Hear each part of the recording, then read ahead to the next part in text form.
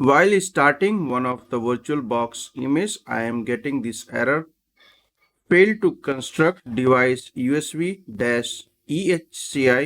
instance has 0. So I will show you how you can fix this error. So this will work for Windows as well as the Mac and other operating system. So make sure you have selected the correct image.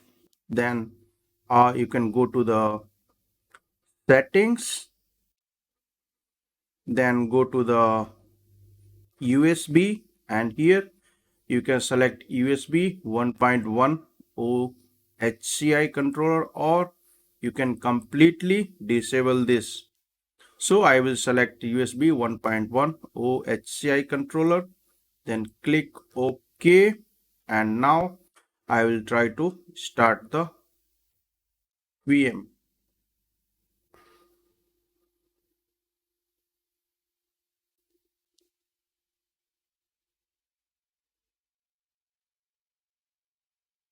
So now it is started. So this way you can resolve this issue.